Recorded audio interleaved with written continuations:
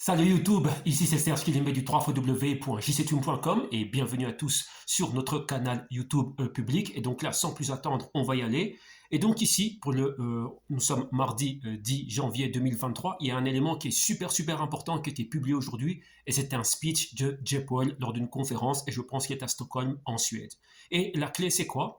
C'est que tout le monde est pendu aux lèvres des dirigeants de banque centrale parce que ce sont les acteurs les plus importants en ce moment. Donc leurs politiques monétaires ont beaucoup d'impact sur les marchés et spécifiquement celui qui est à la tête de la Fed, donc Monsieur Jay Powell, évidemment, vu la place du dollar et des États-Unis au niveau économique et au niveau, on va dire, global. Donc c'est un point qui est super important. Et donc dans son speech, donc là j'ai quelques notes ici, donc le speech on va le décortiquer et on va l'analyser et l'étudier durant notre session Pro Markets qui sera publiée en fin de marché US. Donc là, c'est réservé pour les insiders. Si vous en êtes un, vous savez exactement de quoi je parle et comment nous faisons. Et pour les autres, ici, très rapidement, un mini résumé. Et si vous voulez en savoir plus, venez en interne. Revenons-en aux commentaires de Jay Powell. Donc, qu'est-ce qu'on peut constater ici? Il a réaffirmé les politiques monétaires de la Fed. Qu'est-ce que ça veut dire? Se maintenir en mode hiking, c'est-à-dire monter les taux d'intérêt.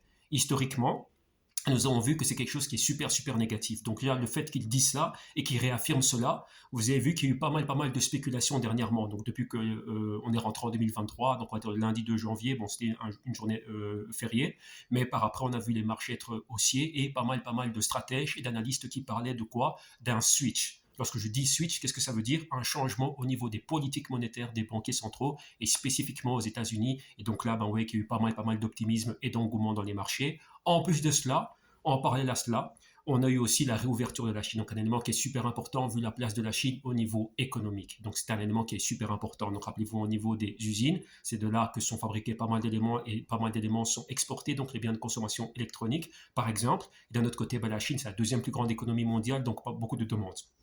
Donc ça, c'est un point qui est super important. Donc ça joue en faveur, on va dire, des émotions et du sentiment positif des marchés. Et on a eu les marchés qui étaient haussiers. Mais attention, la tendance est toujours baissière. Donc avec ça, nous poursuivons la Fed, donc Jay Powell qui réitère qu'ils vont se maintenir agressifs, donc beaucoup plus de rate hike et bien évidemment du QT, donc c'est-à-dire quoi? Allègement de leur bilan.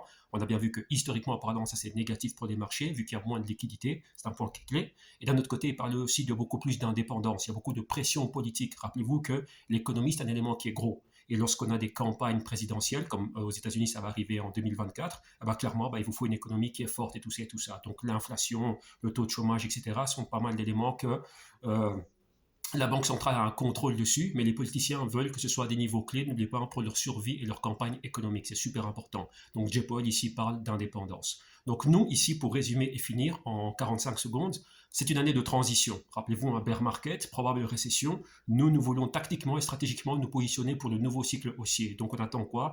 Que la tendance baissière soit rompue. Ça, c'est un point qui est super important.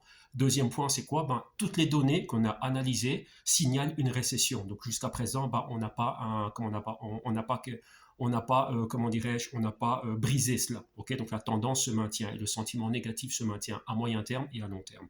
Et d'un autre côté, comme je le disais déjà, pas mal d'analystes et de stratèges nous parlent maintenant d'une récession soft, donc ce qu'on appelle en anglais le fameux soft landing, contraire au hard landing. Donc hard landing, c'est si tiens, les choses échappent au contrôle de la Fed et que, vu leur politique monétaire agressive, les marchés se crachent violemment. Lorsqu'on parle de soft landing, c'est en fonction des données économiques que l'on voit, on va arriver à naviguer cela et atterrir en douceur. Donc un crash contrôlé, c'est un point qui est super important. Mais dans tous les cas, récession, tout le monde est d'accord dessus. Et d'un autre côté, pour nous, c'est quoi? Rappelez-vous, on veut voir une transition, donc un pivot, passer d'une phase négative à une phase positive. La clé, c'est quoi maintenant? On est focus sur les résultats des compagnies. Maintenant, on est en début 2023 et les compagnies vont publier leur Q4 2022. Donc octobre, novembre, décembre, ça va arriver maintenant.